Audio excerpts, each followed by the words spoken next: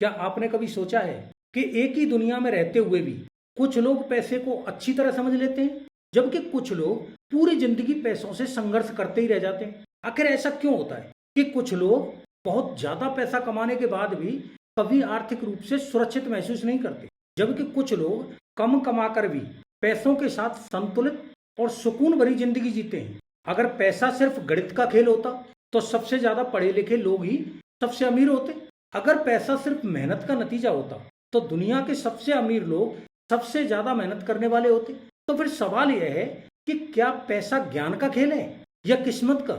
Morgan Housel की मशहूर किताब द साइकोलॉजी ऑफ मनी कहती है कि पैसा न तो गणित है और ना ही आईक्यू का टेस्ट है। पैसा एक व्यवहार है, पैसा एक सोच है और सबसे बढ़कर पैसा एक मानसिक खेल है। दोस्तों, इस ऑडियो बुक समरी में हम द साइकोलॉजी ऑफ मनी के सभी अध्यायों को कहानियों, उदाहरणों और वास्तविक जीवन की सोच के साथ विस्तार से समझेंगे। लेकिन आगे बढ़ने से पहले मैं आपसे एक बात कहना चाहता हूं। अगर आप सच में पैसे को समझना चाहते हैं, पैसों के साथ शांति से जीना चाहते हैं और अपनी फाइनेंशियल लाइफ को बेहतर बनाना चाहते हैं, तो इस ऑडियो बुक समरी को आखिर तक जरूर सुनिए। अगर आप इस चैनल पर पहली बार आए हैं तो चैनल को सब्सक्राइब कर लीजिए और बेल आइकन को भी ऑन कर दीजिए, ताकि हमारी हर नई ऑडियो बुक समरी सबसे पहले आप तक पहुंचती रहे।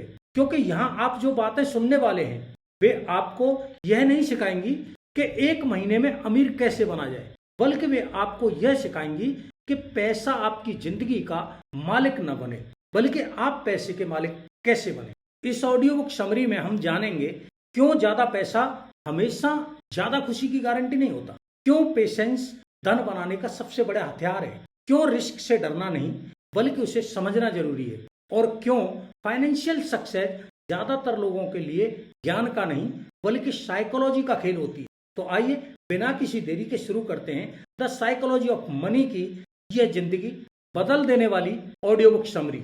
यह किताब हमें सिखाती है कि पैसा सबसे पहले आपके बैंक अकाउंट में नहीं बल्कि आपके दिमाग में बनता है। तो चलिए इस यात्रा की शुरुआत करते हैं, एक ऐसी यात्रा जहां हम सिर्फ नंबर्स को नहीं बल्कि इंसानी सोच को समझेंगे।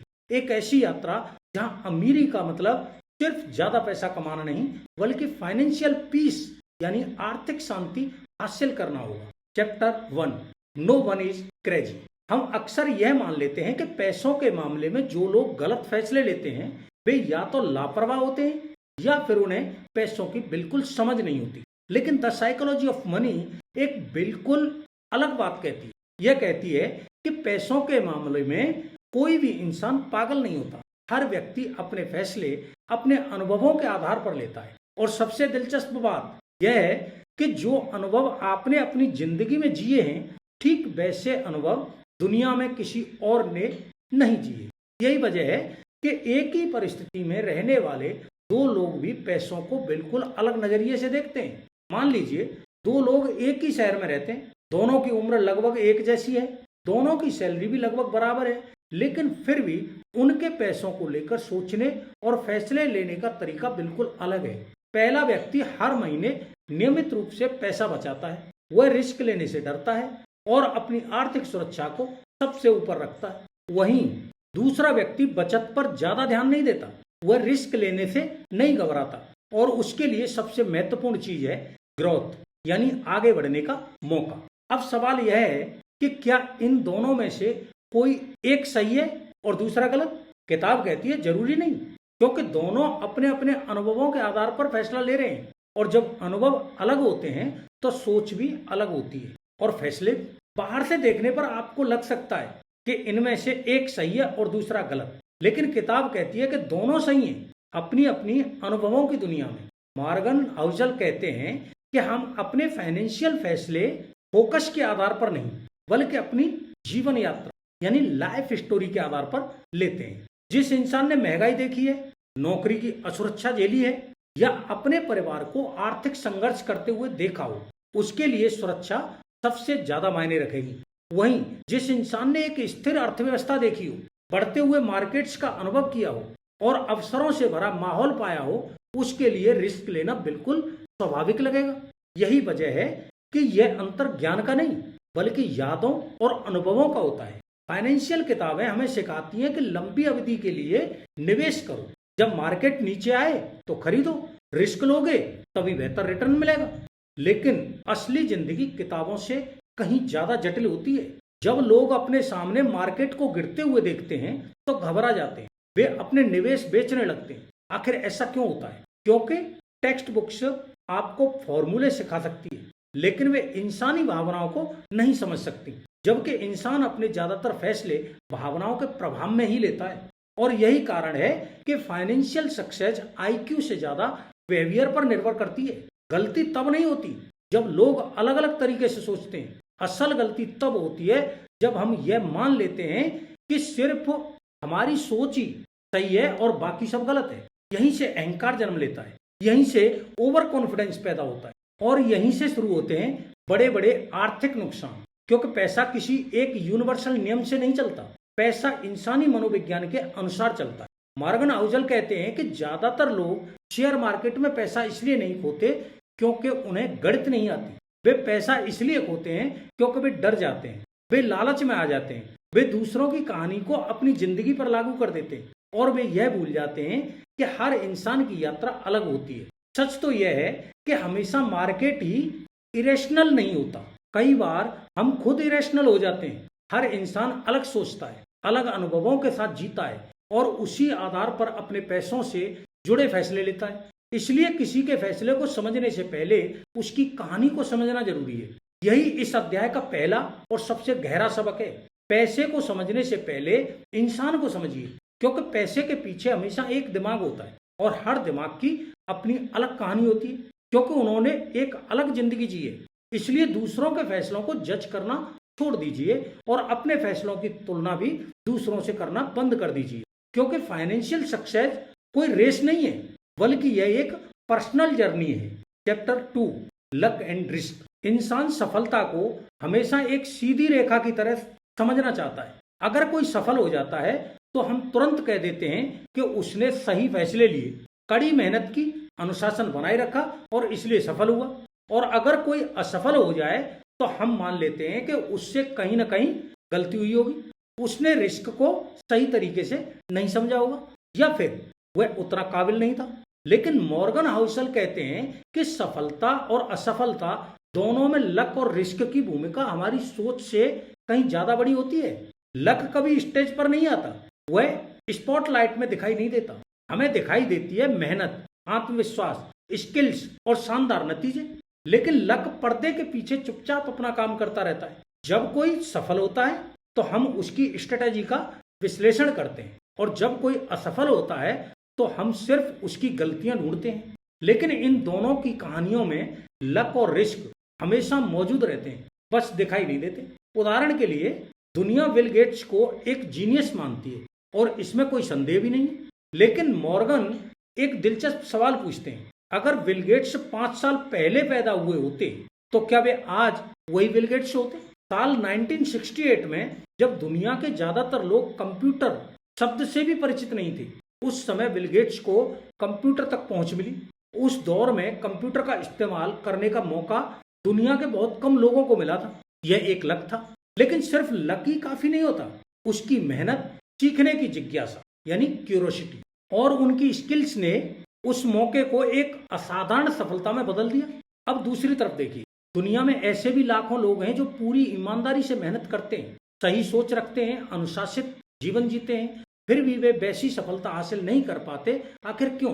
क्योंकि रिस्क भी हर कहानी का उतना ही बड़ा हिस्सा होता है। लेकिन जब कोई हार जाता है, जो हम तुरंत मान लेते हैं कि उसने कुछ गलत किया होगा, और जब कोई जीत जाता है तो हम उसकी कहानी से रिस्क को पूरी तरह हटा देते हैं। सच्चाई यह है कि लक आपको ऊपर उठा सकता है और रिस्क आपको नीचे गिरा सकता है। और सबसे महत्वपूर्ण बात यह है कि आप इन दोनों को पूरी तरह नियंत्रित नहीं कर सकते। आप नियंत्रित कर सकते हैं अपना व्यवहार, अपने फैसले और अपनी रिस्क कैपेसिटी, यानी आप कितना जोखिम सह सकते हैं। लेकिन आप यह तय नहीं कर सकते कि मार्केट कब बदलेगा, अर्थव्यवस्था कब करवट लेगी, या सही समय आपके पक्ष में होगा या नहीं। यही कारण है कि फाइनेंशियल प्लानिंग में ह्यूमिलिटी यानी विनम्रता बेहद जरूरी होती है। जब लोग अपनी सफलता का पूरा श्रेय केवल अपनी बुद्धिमत्ता को देने लगते हैं तब वे रिस्क को नजरअंदाज करना शुरू कर देते हैं। वे सोचने लगते हैं मैंने एक बार सफलता हासिल कर ली है, इसलिए अब मैं हर बार सफल हो जाऊंगा। यहीं से ओवर कॉन्फिडेंस जन्म लेता है और यही ओवर कॉन्फिडेंस कई बार उन लोगों को भी गिरा देता है जो कभी अपनी सफलता की ऊंचाइयों पर खड़े थे। किताब हमें याद दिलाती है कि सफलता कभी भी सिर्फ आपकी योग्यता का परिणाम नहीं होती और असफलता भी हमेशा सिर्फ आपकी गलती नहीं होती। दोनों के बीच कहीं ना कहीं लक और रिस्क हमेशा मौजूद रहते हैं। इसलिए किसी सफल व्यक्ति की नकल करने से पहले यह समझिए कि उसकी कहानी में कौन सी चीज मेहनत थी और कौन सी किस्मत। और किसी असफल व्यक्ति को जज करने से पहले यह सोचिए कि शायद उसकी कहानी में भी ऐसा रिस्क था जिस पर उसका कोई नियंत्रण नहीं था। यही इस अध्याय का सबसे महत्वपूर्ण संदेश है। लक का सम्मान कीजिए, रिस्क को स्वीकार कीजिए और अपने फैसले हमेशा विनम्रता के साथ लीजिए, क्योंकि लंबे समय में वही लोग टिकते हैं जो अपनी सफलता पर घमंड नहीं करते और अपनी असफलता से टूटते नहीं हैं। यहीं से ओवर कॉन्फिडेंस जन्म लेता है और ओवर कॉन्फिडेंस पैसों की दुनिया की सबसे खतरनाक चीजों में से एक है, क्योंकि मार्केट किसी की इंटेलिजेंस से प्रभावित नहीं होता। मार्केट को इस बात से कोई फर्क नहीं पड़ता कि आप कितने पढ़े लिखे हैं, कितने अनुभवी हैं या आपने पहले कितनी बार सफलता हासिल की है। जब आप अपनी सफलता में लक की भूमिका को स्वीकार कर लेते हैं तो आपके अंदर विनम्रता आ जाती है। आप दूसरों की सफलता से जलते नहीं हैं, आप अपनी असफलता से पूरी तरह टूटते भी नहीं हैं और सबसे महत्वपूर्ण बात, आप लॉन्ग टर्म सोचना शुरू कर देते हैं, क्योंकि अब आप समझ जाते हैं कि हर कहानी के कुछ हिस्से हमारे नियंत्रण में होते हैं और कुछ कभी हमारे नियंत्रण में नहीं होंगे।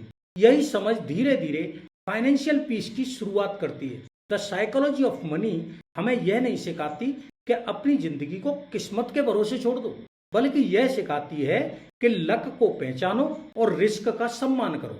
क्योंकि जो लोग लक को अपनी पूरी योग्यता समझ बैठते हैं वे घमंडी हो जाते हैं और जो लोग रिस्क को नजरअंदाज कर देते हैं उन्हें मार्केट कभी माफ नहीं करता। याद रखिए, एक अच्छा निवेशक वह नहीं होता जो हर बार सही साबित हो जाए, बल्कि एक अच्छा निवेशक वह होता है जो यह समझता है कि वह हर चीज को नियंत्रित नहीं कर सकता। यही सोच उसे बड़े नुकसान से बचाती है और यही विनम्रता उसे लंबे समय तक खेल में बनाए रखती है।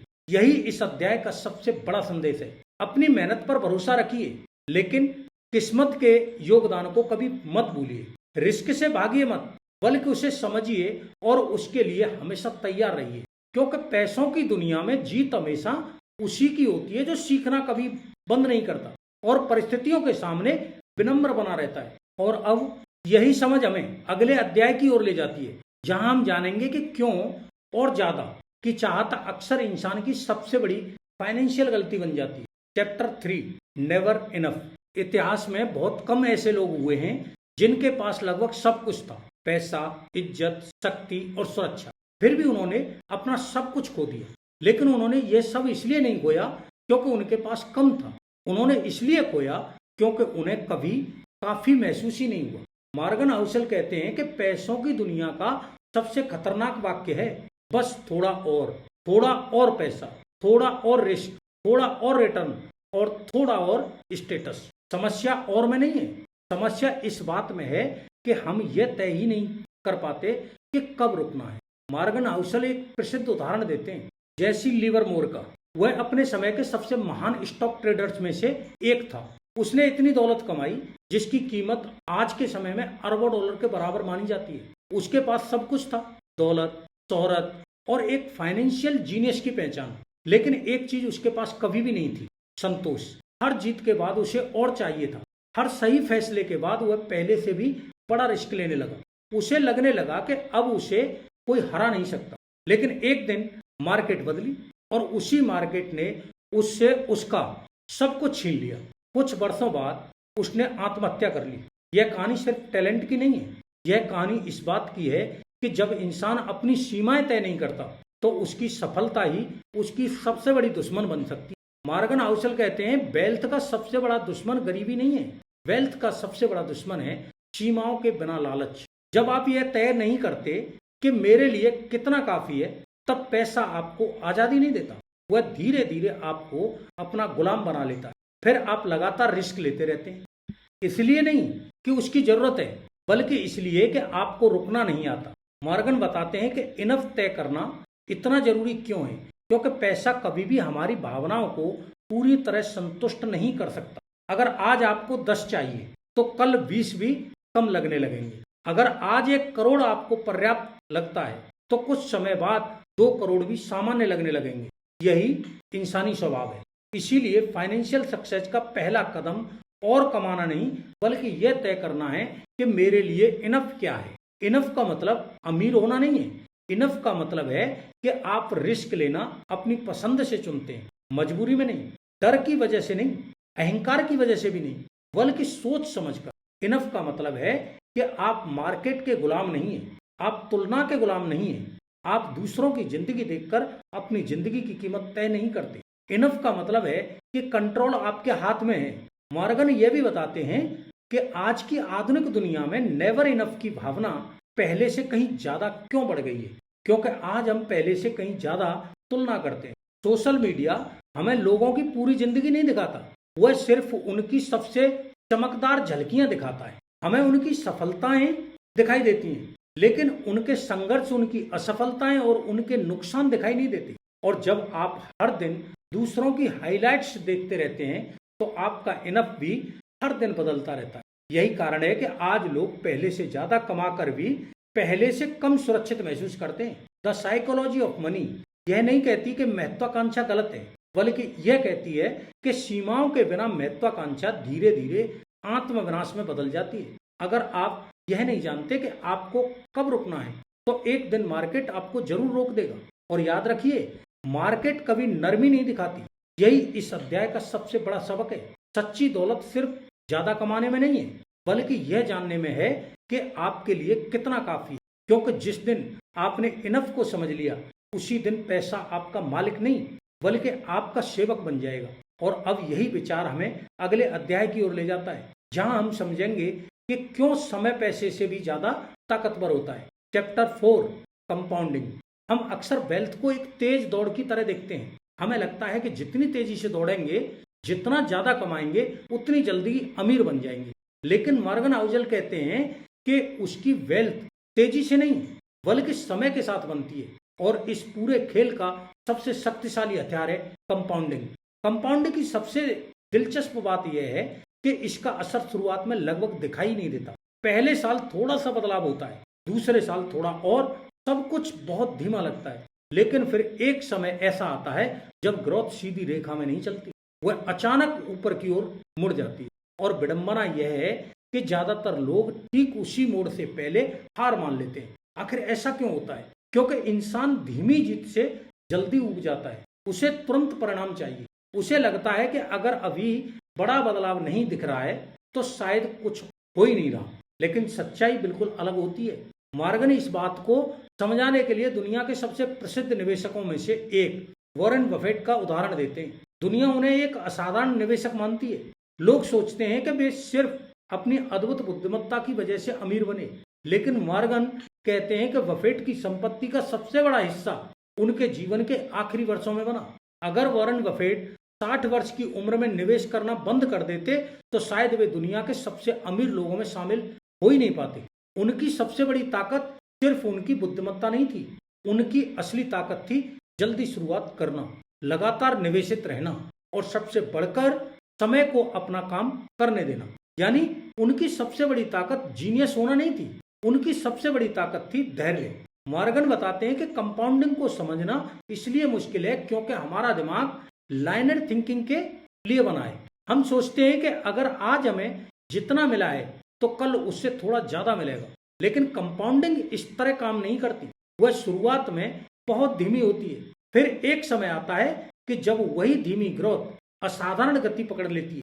और यही कारण है कि ज्यादातर लोग इस खेल से बहुत जल्दी बाहर निकल जाते हैं। उन्हें जल्दी मुनाफा चाहिए, जल्दी नतीजे चाहिए, जल्दी अमीर बनना है, और इसी जल्दबाजी में वे लॉन्ग टर्म गेम छोड़ देते हैं। कंपाउंडिंग का नियम बहुत सरल है। यह तभी काम करती है जब आप उसे समय देते हैं। लेकिन ज्यादातर लोग क्या करते हैं? मार्केट गिरती है तो घबरा जाते हैं, रिटर्न धीमे लगते हैं तो निवेश निकाल लेते हैं, दूसरों का ज्यादा रिटर्न देखकर अपनी तुलना शुरू कर देते हैं, और हर बार ऐसा करने पर कंपाउंडिंग की पूरी ताकत टूट जाती है। मॉर्गन हाउसल कहते हैं कि वेल्थ को नष्ट करने का सबसे आसान तरीका है कंपाउंडिंग को बीच में रोक देना। अक्सर लोग पूछते हैं मार्केट में निवेश करने का सही समय क्या है।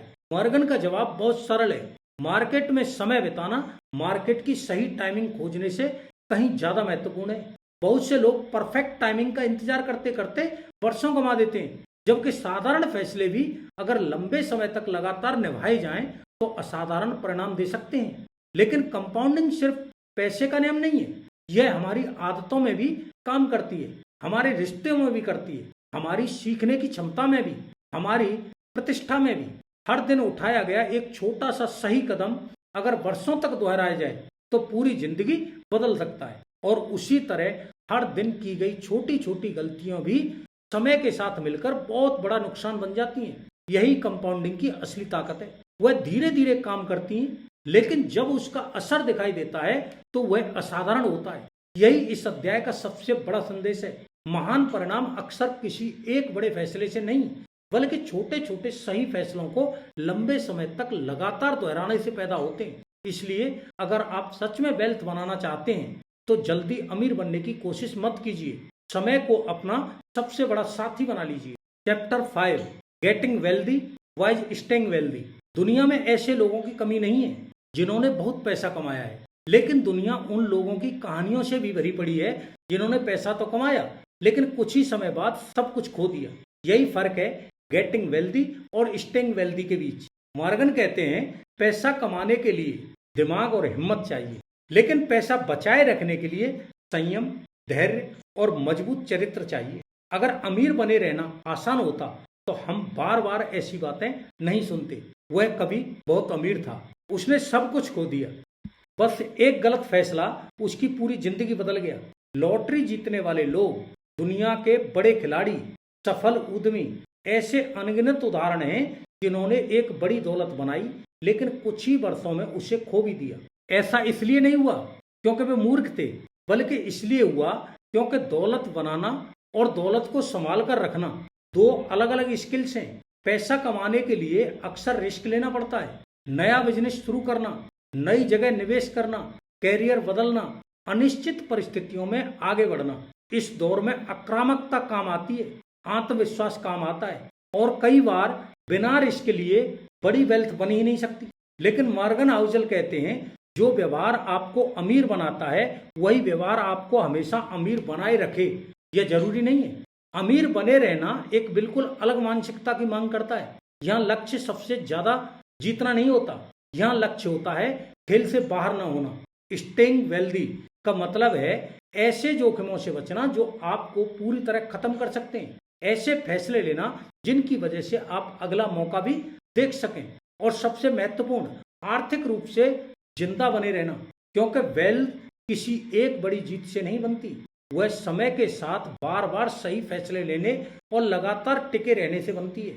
मॉर्गन कहते हैं सबसे ज्यादा पैसा सबसे ज्यादा रिटर्न से नहीं बनता, बल्कि सबसे ज्यादा समय तक टिके रहने से बनता है। कल्पना कीजिए कि दो निवेशक हैं, पहला निवेशक बहुत ज्यादा रिटर्न कमाता है लेकिन एक बड़े मार्केट क्रैश में अपनी पूरी पूंजी खो देता है। दूसरा निवेशक औसत रिटर्न कमाता है लेकिन दशकों तक लगातार निवेशित रहता है। लंबे समय में जीत किसकी होगी?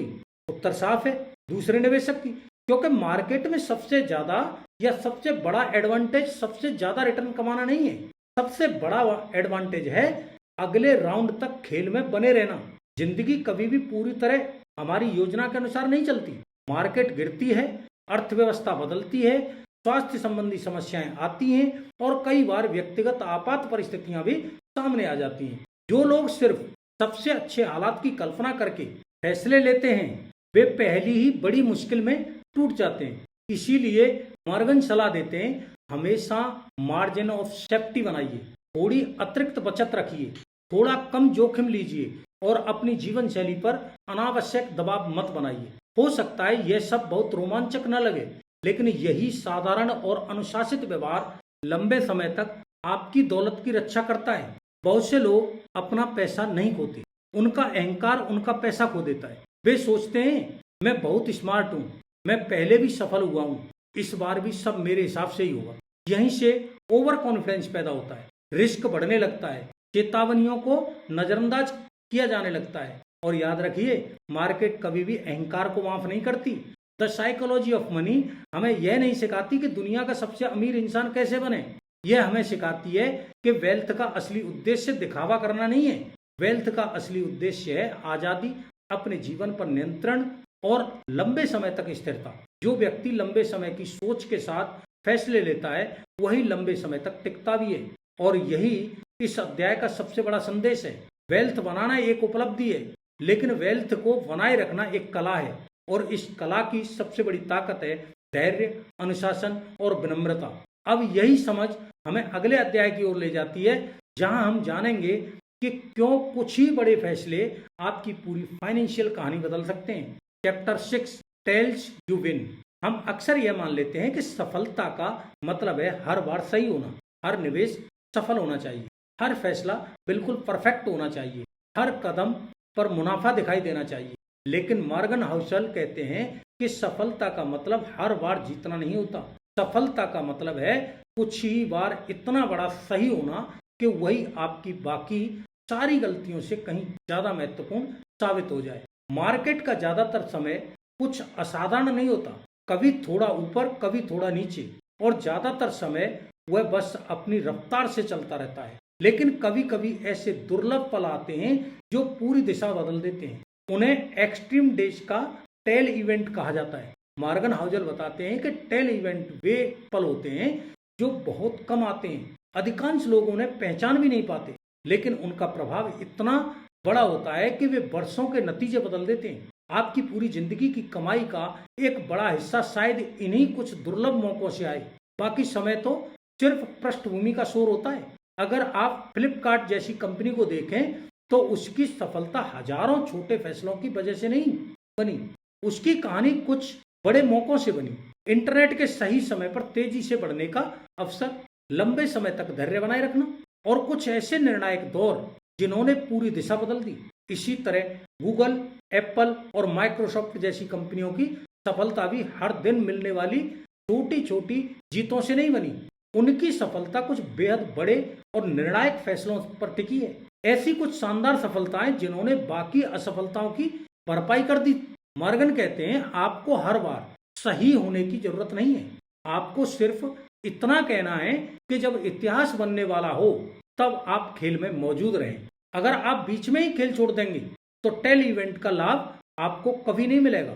यही वजह है कि बहुत से लोग बड़ी सफलता से ठीक पहले हार मान लेते हैं। वे शुरुआती नुकसान देखकर घबरा जाते हैं, मार्केट की वॉलेटिलिटी सहन नहीं कर पाते और दुर्लभ अवसर आने से पहले ही खेल से बाहर निकल जाते हैं। मॉर्गन बताते हैं कि दुनिया के सबसे सफल निवेशक भी हर बार सही नहीं होते।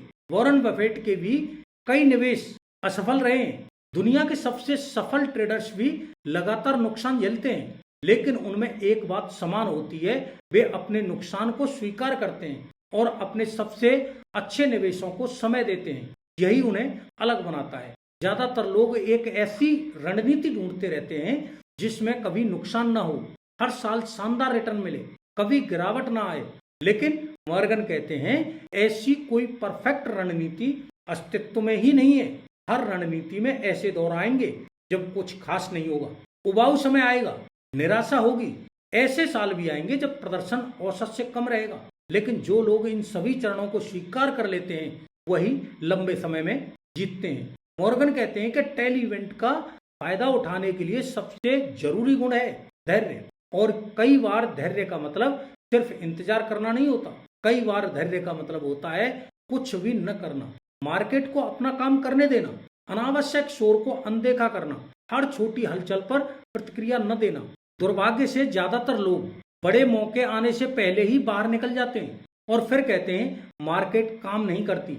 लेकिन सच यह है कि मार्केट काम करती है, बस वह उन लोगों के लिए काम करती है जो लंबे समय तक टिके रहते हैं। द साइकोलॉजी ऑफ मनी हमें यह नहीं सिखाती कि हर दिन सबसे स्मार्ट बनने की कोशिश करो, यह हमें सिखाती है कि इतने समझदार बनो कि जब जिंदगी का सबसे बड़ा अवसर तुम्हारे सामने आए तब तुम अभी भी खेल में मौजूद हो। क्योंकि वेल्थ हर दिन परफेक्ट फैसले लेने से नहीं बनती, वह कुछ दुर्लभ लेकिन असाधारण सही फैसलों से बनती है। और यही इस अध्याय का सबसे बड़ा संदेश है। जिंदगी और निवेश दोनों में हर लड़ाई जीतना जरूरी नहीं है। जरूरी यह है कि जब सबसे बड़ी जीत मिलने का समय आए तब तक आप मैदान में डटे रहें। और अब यही समझ हमें अगले अध्याय की ओर ले जाती है, जहां हम जानेंगे कि आखिर क्यों सच्ची वेल्थ और सच्ची फ्रीडम अक्सर एक ही चीज होती है। Chapter 7 freedom. ज्यादातर लोग सोचते हैं कि पैसा हमें एक बड़ा घर देता है, महंगी गाड़ी देता है, बेहतर लाइफ स्टाइल देता है, लेकिन मॉर्गन कहते हैं कि असल में पैसा हमें सिर्फ चीजें नहीं देता, पैसा हमें आजादी देता है। और यही आजादी वेल्थ का सबसे कम समझा जाने वाला लेकिन सबसे मूल्यवान रूप है। फ्रीडम का मतलब यह नहीं है कि आप कुछ भी खरीद सकते हैं। फ्रीडम का असली मतलब है कि आप वह काम कर सकें जो आपको सच में अर्थपूर्ण लगता है। आप ना कह सकें जब आप किसी काम के लिए मजबूर नहीं होना चाहते। आप अपने समय को अपनी शर्तों पर जी सकें। यही पैसे की सबसे बड़ी ताकत है। मॉर्गन कहते हैं पैसे का सबसे बड़ा फायदा लग्जरी नहीं बल्कि कंट्रोल है, और सबसे बड़ा कंट्रोल है अपने समय पर नियंत्रण। वे कहते हैं कि टाइम कंट्रोल आधुनिक जीवन की सबसे महंगी करेंसी है। अगर आपके पास बहुत पैसा है लेकिन अपने समय पर आपका नियंत्रण नहीं है, अगर आपके पास फैसले लेने की आजादी नहीं है, तो आपकी वेल्थ अधूरी है। दूसरी ओर अगर आपकी आय औसत है लेकिन आपके पास अपने समय पर नियंत्रण है, अपने फैसले खुद लेने की स्वतंत्रता है, तो वह वेल्थ कहीं ज्यादा अर्थपूर्ण है। अक्सर लोग पैसे के पीछे इसलिए भागते हैं कि वे दूसरों को प्रभावित कर सकें, दूसरों से आगे दिखाई दें या दूसरों से अपनी पहचान की पुष्टि पा सकें। लेकिन जो वेल्थ सिर्फ दूसरों को इम्प्रेस करने में खर्च हो जाए वह आपको कभी आजाद नहीं बना सकती। फिर एक अजीब सा चक्र शुरू हो जाता है। आप जितना ज्यादा कमाते हैं उतना ही ज्यादा फंसते जाते हैं। जैसे जैसे आपका लाइफ स्टाइल बड़ा होता है वैसे वैसे आपकी जिम्मेदारियां भी बढ़ती जाती हैं, खर्च बढ़ते जाते हैं, और जब आमदनी बढ़ती है तो उसके साथ उम्मीदें, दबाव और जिम्मेदारियों का बोझ भी बढ़ने लगता है। धीरे धीरे फ्रीडम पीछे छूटने लगती है। मॉर्गन कहते हैं आजादी हमेशा जोड़ने से नहीं बल्कि घटाने से मिलती है।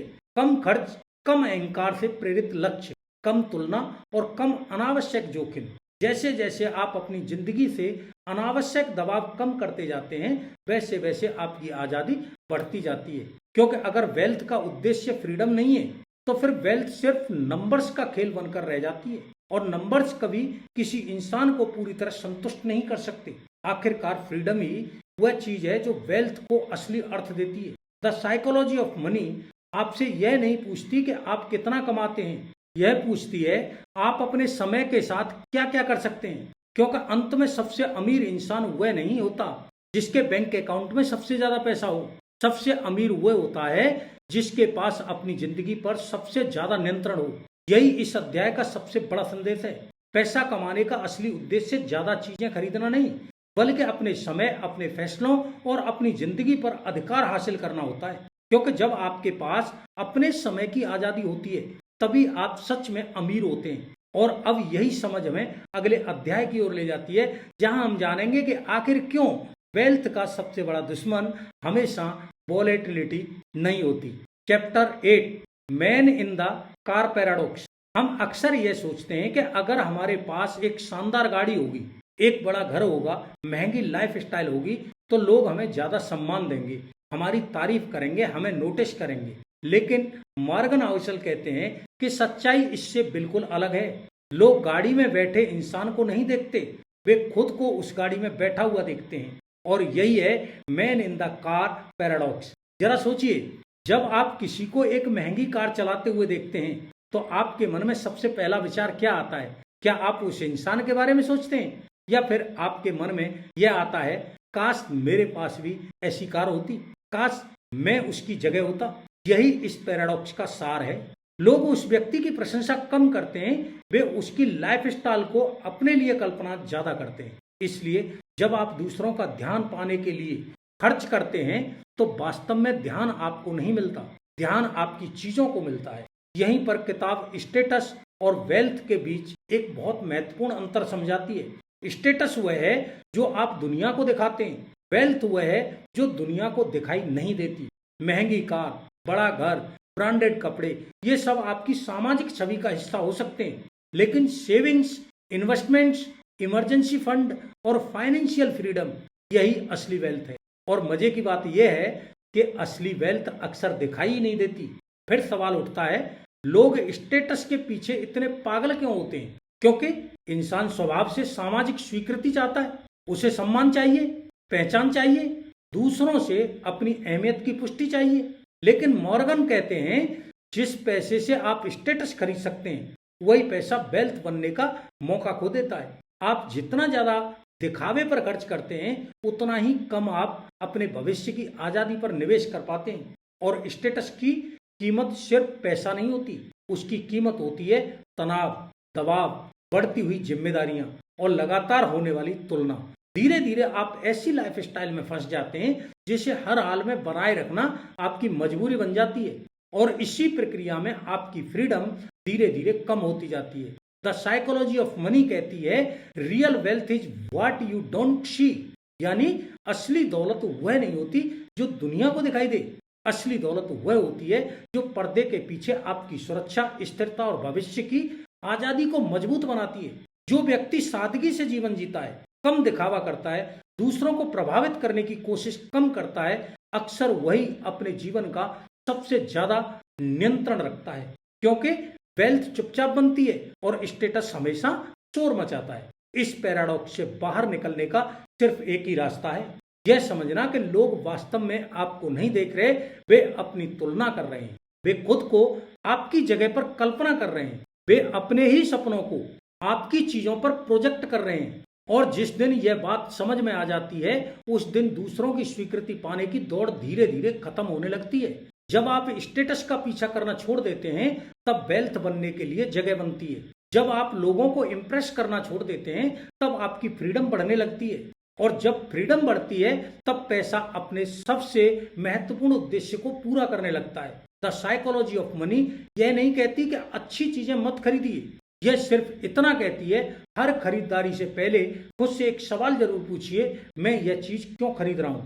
अगर जवाब है क्योंकि मुझे यह सच में चाहिए, तो वह एक समझदारी भरा फैसला हो सकता है। लेकिन अगर जवाब है ताकि लोग मुझसे प्रभावित हों, तो याद रखिए, उसकी सबसे बड़ी कीमत आपके पैसे से नहीं बल्कि आपकी फ्रीडम से चुकाई जाएगी। यही इस अध्याय का सबसे गहरा संदेश है। दिखावा कुछ समय के लिए लोगों का ध्यान खींच सकता है, लेकिन सच्ची वेल्थ हमेशा आपको अंदर से मजबूत बनाती है। इसलिए अपनी दौलत को दूसरों की नजरों के लिए नहीं बल्कि अपनी आजादी के लिए बनाइए। Chapter 9, wealth is what you don't see. हम अक्सर वेल्थ को उसी चीज से पहचानते हैं जो हमारी आंखों के सामने दिखाई देती है, महंगी गाड़ियां, बड़े घर, लग्जरी वेकेशंस, ब्रांडेड कपड़े। लेकिन द साइकोलॉजी ऑफ मनी एक बिल्कुल अलग सच्चाई बताती है, जो दिखाई देता है वह वेल्थ नहीं होता। वेल्थ वह होती है जो दिखाई ही नहीं देती। जब आप किसी को बेहद शानदार लाइफ स्टाइल जीते हुए देखते हैं, तो आपके मन में पहला विचार आता है, यह इंसान बहुत अमीर होगा। लेकिन मॉर्गन हाउसल एक सवाल पूछते हैं, क्या आपने उसकी सेविंग्स देखी हैं? क्या आपने उसके इन्वेस्टमेंट्स देखे हैं? क्या आपने उसकी फाइनेंशियल फ्रीडम देखी है? नहीं ना। क्योंकि असली वेल्थ ज्यादातर समय खर्च नहीं होती, वह बचाई जाती है। और जो बचाया जाता है वह अक्सर दुनिया को दिखाई नहीं देता। मॉर्गन कहते हैं कि वेल्थ बनाने का सबसे तेज तरीका हमेशा ज्यादा कमाना नहीं होता। कई बार सबसे तेज तरीका होता है जरूरत से ज्यादा खर्च न करना। लेकिन यही सबसे कठिन काम है, क्योंकि खर्च हमें वेल्थ का भ्रम देता है। जब कोई महंगी कार खरीदता है, लग्जरी घर लेता है या दिखावटी लाइफ स्टाइल जीता है, तो वही पैसा भविष्य की वेल्थ बनने से रुक जाता है। याद रखिए, स्पेंडिंग दिखाई देती है, सेविंग्स दिखाई नहीं देती।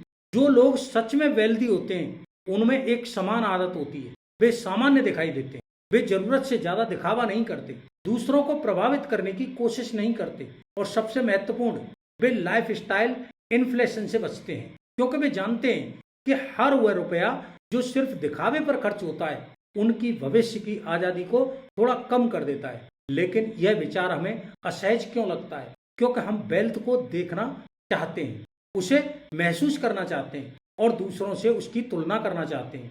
लेकिन सच्चाई यह है, वेल्थ तुलना के लिए नहीं बनी, वेल्थ विकल्प देने के लिए बनी है। गलत नौकरी छोड़ने का विकल्प, गलत सौदे को मना करने का विकल्प, अपने समय को अपनी शर्तों पर जीने का विकल्प। और सबसे बड़ी बात, ये विकल्प कभी दिखाई नहीं देते। बहुत से लोग अमीर दिखते हैं लेकिन वास्तव में अमीर नहीं होते, और बहुत से लोग साधारण दिखाई देते हैं लेकिन उनके पास असली वेल्थ होती है। मॉर्गन कहते हैं रिच होना और वेल्दी होना दोनों अलग बातें हैं। रिच होने का मतलब है कि इस समय आपकी आय ज्यादा है, लेकिन वेल्थ का मतलब है आपने समय के साथ ऐसे एसेट्स बनाए हैं जो भविष्य में भी आपको सुरक्षा और आजादी देंगे।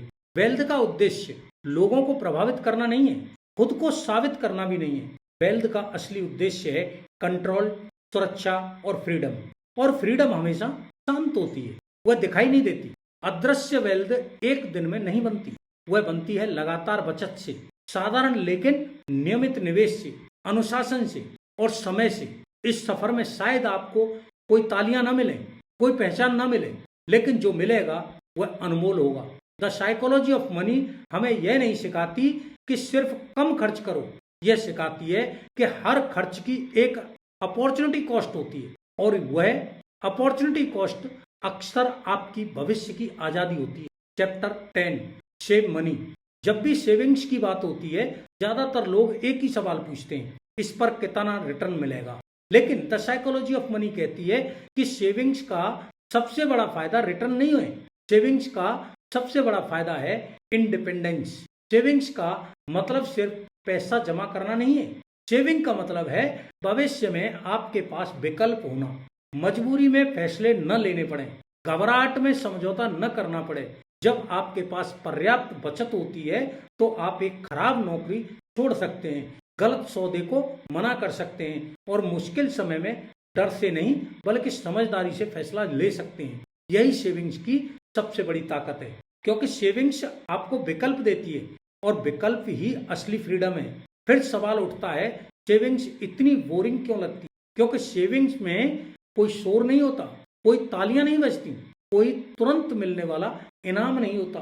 खर्च करना रोमांचक लगता है, लेकिन बचत करना हमेशा शांत होता है। मॉर्गन कहते हैं जो चीज सबसे ज्यादा रोमांचक लगती है वही कई बार आपकी वेल्थ को नष्ट कर देती है, और जो चीज सबसे साधारण और बोरिंग लगती है वही धीरे धीरे आपकी असली वेल्थ बनाती है।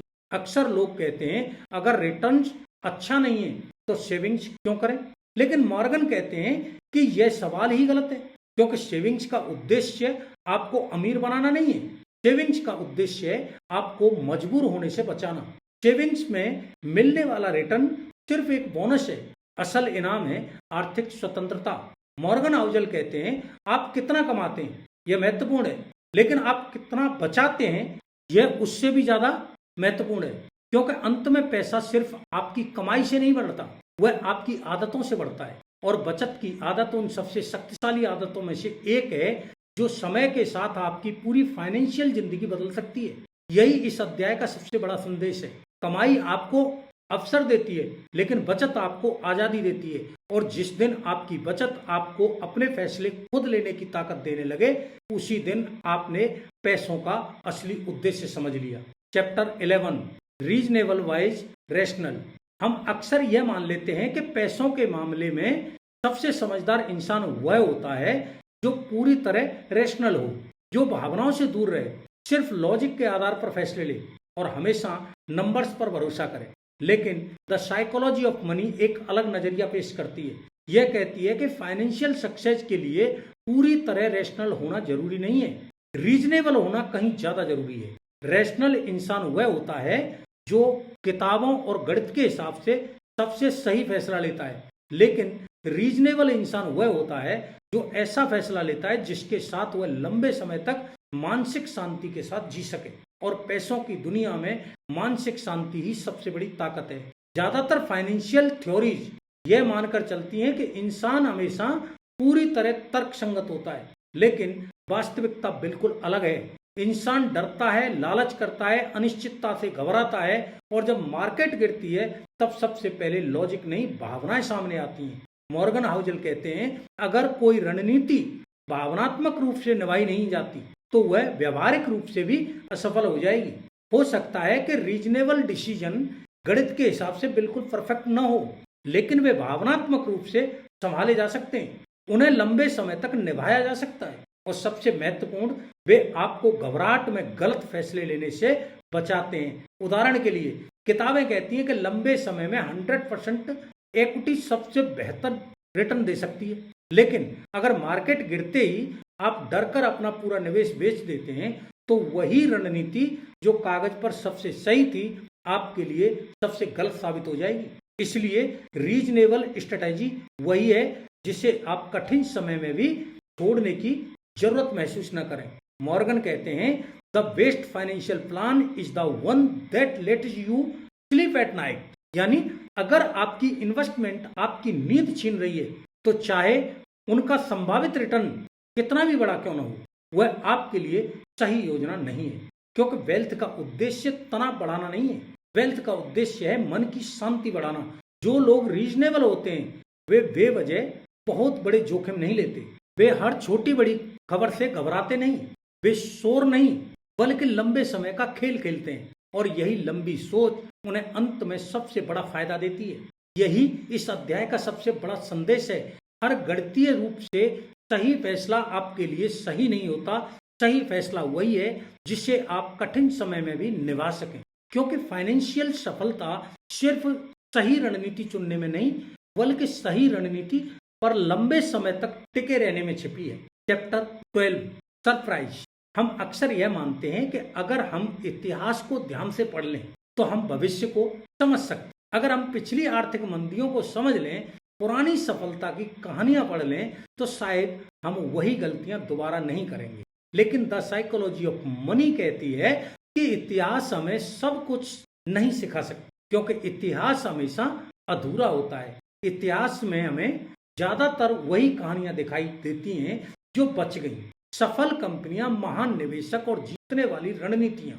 लेकिन उन लोगों की कहानियां शायद ही कभी सामने आती जिन्होंने वही रणनीति अपनाई, उतना ही साहस दिखाया, उतनी ही मेहनत की, फिर भी असफल हो गई। मॉर्गन हाउसल कहते हैं history is written by survivor. यानी इतिहास अक्सर उन्हीं लोगों की कहानी लिखता है जो अंत तक बचे रहें। और यही बात कई बार हमें झूठा आत्मविश्वास दे देती है। जब हम इतिहास पढ़ते हैं तो हमें अमेज़न की सफलता दिखाई देती है, एप्पल की शानदार वापसी दिखाई देती है, महान निवेशकों की दौलत दिखाई देती है, लेकिन हमें वे हजारों स्टार्टअप दिखाई नहीं देते जो कभी सफल ही नहीं हो पाए। वे लाखों निवेशक दिखाई नहीं देते जो बीच रास्ते में मार्केट से बाहर हो गए। वे लोग भी दिखाई नहीं देते जिन्होंने सही फैसले लिए लेकिन समय उनके पक्ष में नहीं था। इसीलिए इतिहास हमेशा सिलेक्शन वाइज से भरा होता है और भविष्य हमेशा हमें किसी न किसी नए सरप्राइज से चौंकाता है।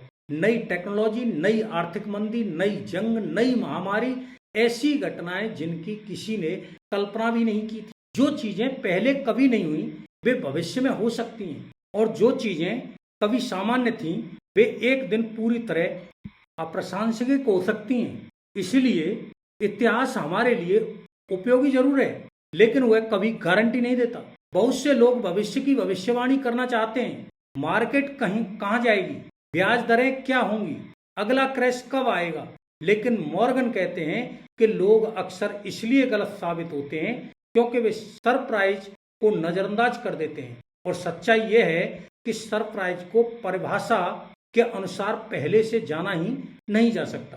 यही तो उन्हें सरप्राइज बनाता है। और फाइनेंशियल दुनिया अक्सर इन्हीं अप्रत्याशित घटनाओं से बदलती है। अगर इतिहास हमें कोई सबसे महत्वपूर्ण सबक सिखाता है तो वह है ह्यूमिलिटी, यानी विनम्रता।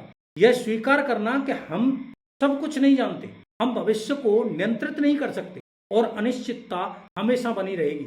लेकिन विनम्रता का मतलब डरना नहीं है, विनम्रता का मतलब है हर परिस्थिति के लिए तैयार रहना।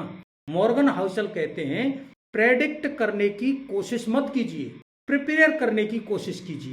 क्योंकि जो लोग हर संभावित भविष्य के लिए खुद को तैयार रखते हैं उन्हें किसी एक भविष्य के गलत साबित होने से डर नहीं लगता।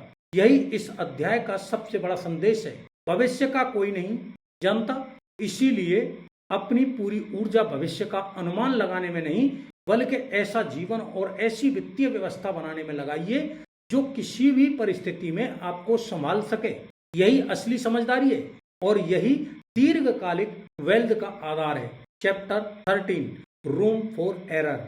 हम अक्सर यह मान लेते हैं कि अगर हमने एक बेहतरीन योजना बना ली तो जिंदगी भी उसी योजना के अनुसार चलेगी। आमदनी हमेशा स्थिर रहेगी, मार्केट सामान्य व्यवहार करेगी, स्वास्थ्य अच्छा रहेगा और हमारे फैसले ठीक वैसे ही परिणाम देंगे जैसा हमने सोचा था। लेकिन द साइकोलॉजी ऑफ मनी हमें एक अलग सच्चाई से परिचित कराती है। जिंदगी परफेक्ट योजनाओं पर नहीं चलती, जिंदगी अनपेक्षित घटनाओं पर चलती है। और यही कारण है कि हर फाइनेंशियल प्लान में रूम फॉर एरर होना बेहद जरूरी है। रूम फॉर एरर का मतलब यह नहीं है कि आप गलतियां करें, इसका मतलब है अगर कभी कुछ गलत हो जाए तो आप पूरी तरह टूटे नहीं। अगर समय आपके खिलाफ चला जाए तो आप खेल से बाहर ना हो। अगर किस्मत आपका साथ न दे तो भी आप आगे बढ़ने की स्थिति में रहें। मॉर्गन हाउसल कहते हैं कि जो व्यक्ति थोड़ा कम जोखिम लेता है, थोड़ी ज्यादा बचत करता है और अपने फैसलों में थोड़ा अतिरिक्त मार्जिन रखता है, वही सबसे लंबे समय तक टिक पाता है। लेकिन रूम फॉर एरर सिर्फ पैसों का सिद्धांत नहीं है, यह एक मानसिकता भी है। जब आपको यह भरोसा होता है कि अगर कुछ गलत भी हुआ तो मैं संभाल लूंगा, तब आप घबराते नहीं, हर छोटी बड़ी खबर पर प्रतिक्रिया नहीं देते, अनावश्यक शोर को नजरअंदाज कर पाते हैं और सबसे महत्वपूर्ण, आप अपना धैर्य बनाए रखते हैं। अगर आपने ध्यान दिया हो तो इस पूरी किताब के लगभग हर अध्याय में एक बात बार बार सामने आई है, पेशेंस। धैर्य ही वह धागा है जो इन सभी विचारों को एक साथ जोड़ता है। द साइकोलॉजी ऑफ मनी यह नहीं कहती कि अपनी जिंदगी को पूरी तरह जोखिम मुक्त बना लीजिए, यह सिर्फ इतना कहती है, इसे इतना सुरक्षित जरूर बनाइए कि एक गलती आपकी पूरी यात्रा खत्म न कर दे। क्योंकि वेल्थ कभी सीधी रेखा में नहीं बनती, उसमें मोड़ आते हैं, उतार चढ़ाव आते हैं और इन्हीं मोड़ों पर मार्जिन ऑफ सेफ्टी आपको संभाल कर रखती है। यही इस अध्याय का सबसे बड़ा संदेश है। परफेक्ट योजना बनाने की कोशिश मत कीजिए, ऐसी योजना बनाइए जो गलत परिस्थितियों में भी टिक सके। क्योंकि लंबे समय में वही लोग सफल होते हैं जो सिर्फ कमाने की नहीं बल्कि मुश्किल समय में बचे रहने की भी तैयारी करके रखते हैं। Chapter 14 happiness. हम अपनी पूरी जिंदगी पैसे के पीछे भागते रहते हैं, कभी ज्यादा कमाई के लिए, कभी बेहतर लाइफ स्टाइल के लिए और कभी भविष्य की सुरक्षा के लिए। और अक्सर हम यह मान लेते हैं कि बस थोड़ा और पैसा मिल जाए फिर सब ठीक हो जाएगा। लेकिन द साइकोलॉजी ऑफ मनी कहती है कि पैसा तब सबसे अधिक उपयोगी होता है जब वह आपकी खुशी बढ़ाए, और पैसा तब सबसे बेकार हो जाता है जब वह आपकी खुशी कम करने लगे। खुशी का मतलब महंगी चीजें खरीदना नहीं है, खुशी का मतलब दूसरों से आगे निकल जाना भी नहीं है। खुशी का मतलब है रात को सुकून से सो पाना, डर की जगह समझदारी से फैसले लेना, अपने समय पर नियंत्रण होना और यह महसूस करना कि मैं ठीक हूँ। मॉर्गन हाउसल कहते हैं पैसा खुशी खरीद सकता है लेकिन सिर्फ एक सीमा तक, उसके बाद पैसा अक्सर सिर्फ ज्यादा दबाव खरीदता है। जब तक आप यह तय नहीं करते कि मेरे लिए कितना काफी है, तब तक खुशी स्थिर नहीं हो सकती। क्योंकि इच्छाएं अनंत हैं, तुलना कभी खत्म नहीं होती और पैसा एक ऐसी दौड़ बन सकता है जिसकी कोई मंजिल ही नहीं होती। लेकिन जिस दिन आप यह कह पाते हैं यह मेरे लिए काफी है, उसी दिन पैसा आपको नियंत्रण देना शुरू कर देता है और वहीं से सच्ची खुशी की शुरुआत होती है। बहुत से लोग पैसा कमाने की दौड़ जीत जाते हैं लेकिन खुश रहने की दौड़ हार जाते हैं। क्यों? क्योंकि उन्होंने अपना जिंदगी को इस तरह बना लिया है कि पीछे लौटना मुश्किल हो जाता है। उन्होंने लोगों की स्वीकृति को अपना लक्ष्य बना लिया और अपनी आजादी को धीरे धीरे खो दिया। मॉर्गन कहते हैं वेल्थ का उद्देश्य लोगों को प्रभावित करना नहीं होना चाहिए, वेल्थ का उद्देश्य आपकी जिंदगी को आसान बनाना होना चाहिए। द साइकोलॉजी ऑफ मनी हमें कोई जादुई फॉर्मूला नहीं देती, यह हमें जल्दी अमीर बनने का सपना भी नहीं बेचती। यह सिर्फ एक सरल बात कहती है, पैसे का सबसे अच्छा उपयोग एक अच्छी जिंदगी जीने में है। ऐसी जिंदगी जहां फैसले घबराहट में न लिए जाएं, जहां हर समय दूसरों से तुलना न करनी पड़े, जहां भविष्य का डर वर्तमान की खुशी न छीन ले और जहां इंसान वर्तमान पल को जी सके। मॉर्गन हमें याद दिलाते हैं कि खुशी कोई मंजिल नहीं है, खुशी एक परिणाम है, सही अपेक्षाओं का, सही व्यवहार का और पैसे के साथ सही रिश्ते का। अगर आपका पैसा आपको शांति देता है, आजादी देता है और जिंदगी में विकल्प देता है, तो समझिए कि आप सही रास्ते पर हैं। लेकिन अगर आपका पैसा आपको हर दिन और ज्यादा तनाव और ज्यादा तुलना और ज्यादा बेचैनी दे रहा है, तो शायद आपको अपने पैसे नहीं, अपने सोचने का तरीका बदलने की जरूरत है। यही इस अध्याय का सबसे बड़ा संदेश है। पैसे का असली मूल्य उसकी मात्रा में नहीं, बल्कि उस शांति में है जो वह आपकी जिंदगी में लाता है। क्योंकि अंत में सबसे अमीर वही नहीं होता जिसके पास सबसे ज्यादा पैसा होता है, बल्कि वह होता है जो अपनी जिंदगी सबसे ज्यादा सुकून के साथ जीता है। Chapter 15 sad wills. अक्सर हम पैसों को सिर्फ कुछ नंबर्स की तरह देखते हैं, इनकम, खर्च, सेविंग्स, रिटर्न। लेकिन द साइकोलॉजी ऑफ मनी कहती है कि हर पैसे के पीछे सिर्फ एक लेन देन नहीं होता है, अक्सर उसके पीछे एक कहानी होती है और कई बार वह कहानी दर्द से भरी होती है। सैड विल्स का मतलब गरीबी नहीं है, सैड विल्स का मतलब है मेडिकल विल्स, एक्सीडेंट का खर्च, अचानक आई कोई इमरजेंसी या किसी बड़े नुकसान के बाद उठाया गया आर्थिक बोझ। ऐसे खर्च जो आप खुशी से नहीं करते, अपनी पसंद से नहीं करते और जिन्हें चाहकर भी टाल नहीं सकते। यही वे पल होते हैं जो हमें याद दिलाते हैं कि जिंदगी हमेशा हमारे नियंत्रण में नहीं होती। मॉर्गन हाउसल कहते हैं, कुछ खर्च सिर्फ फाइनेंशियल नहीं होते, वे भावनात्मक भी होते हैं। जब कोई अपने बच्चे के इलाज के लिए पैसे खर्च करता है, जब कोई किसी अपनों को खोने के बाद बिल चुकाता है या किसी मजबूरी में कर्ज लेता है, तो वह सिर्फ पैसा नहीं दे रहा होता, वह अपने जीवन के सबसे कठिन भावनात्मक पलों से गुजर रहा होता है। यही कारण है कि पैसों से जुड़ी यादें इतनी गहरी होती हैं। कई बार लोग पैसों के मामले में बहुत ज्यादा सावधान दिखाई देते हैं, वे जोखिम लेने से डरते हैं, बहुत अधिक बचत करते हैं या अचानक भावनात्मक फैसले लेने लगते हैं। बाहर से देखने पर वह व्यवहार अतार्किक लग सकता है, लेकिन मॉर्गन कहते हैं, अगर आपने आर्थिक दर्द को करीब से देखा है तो आपकी मनी साइकोलॉजी हमेशा के लिए बदल जाती है। ऐसे अनुबंध इंसान को ज्यादा सतर्क बना सकते हैं और यह कमजोरी नहीं है, यह आत्म सुरक्षा है। अक्सर फाइनेंशियल सलाह बहुत ठंडी होती है, इतना निवेश करो, इतनी बचत करो, यह मत खरीदो, वह मत करो। लेकिन हर फाइनेंशियल फैसला आखिरकार एक इंसान लेता है, ऐसा इंसान जिसके पास भावनाएं हैं, डर है, यादें हैं और अपने संघर्षों की कहानी है। इसलिए आप किसी के पैसों से जुड़े व्यवहार को तब तक नहीं समझ सकते जब तक आप यह न जान लें कि उसने अपनी जिंदगी में क्या झेला है।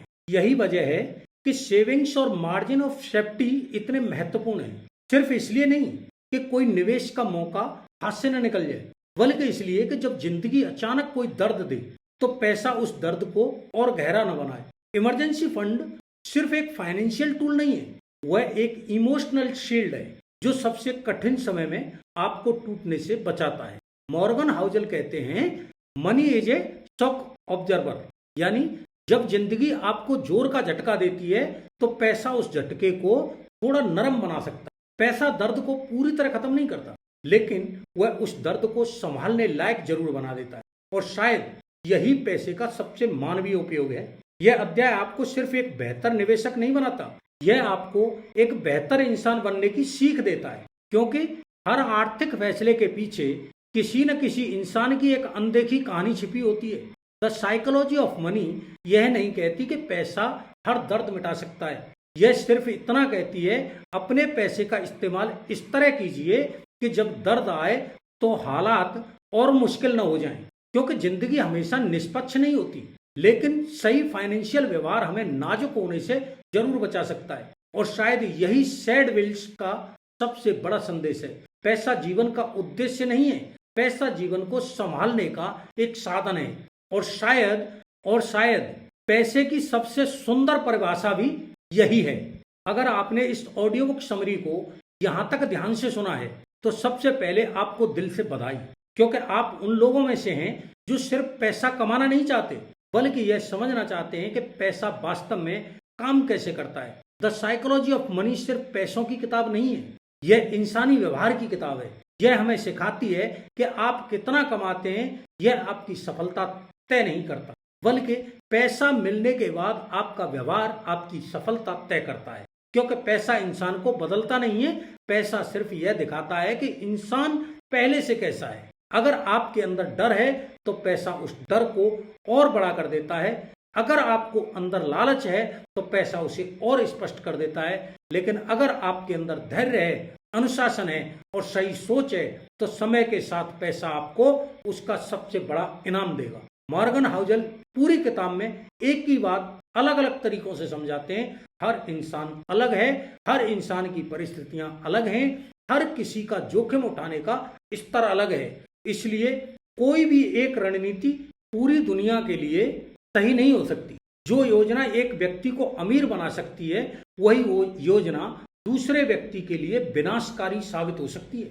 इसीलिए सबसे अच्छी फाइनेंशियल योजना वह नहीं है जो सबसे ज्यादा रिटर्न दे, सबसे अच्छी योजना वह है जिसे आप सालों तक बिना टूटे, बिना घबराए, बिना हार माने निभा सकें। यही इस पूरी किताब का सबसे बड़ा संदेश है। वेल्थ किस्मत से नहीं बनती, वेल्थ व्यवहार से बनती है और सही व्यवहार समय के साथ असाधारण परिणाम देता है। अगर इस समरी ने आपको पैसों को देखने का नजरिया बदलने पर मजबूर किया है, अगर आपको इस किताब से एक भी ऐसा विचार मिला है जो आपकी जिंदगी में काम आ सकता है, तो इस वीडियो को लाइक जरूर करें। इसे अपने उन दोस्तों और परिवार के लोगों के साथ शेयर करें जो सिर्फ ज्यादा पैसा कमाना नहीं बल्कि सही तरीके से पैसा संभालना भी सीखना चाहते हैं। और अगर आप ऐसी विश्व प्रसिद्ध किताबों की गहरी, आसान और जीवन बदल देने वाली हिंदी समरी नियमित देखना चाहते हैं तो चैनल को सब्सक्राइब करें, क्योंकि यहाँ हम सिर्फ किताबों की कहानी नहीं सुनाते, हम उन विचारों को समझाते हैं जो जिंदगी बदल सकते हैं। मिलते हैं अगली शानदार किताब के साथ, तब तक पढ़ते रहिए, सीखते रहिए और खुद का सबसे बेहतर संस्करण बनते रहिए। जय हिंद।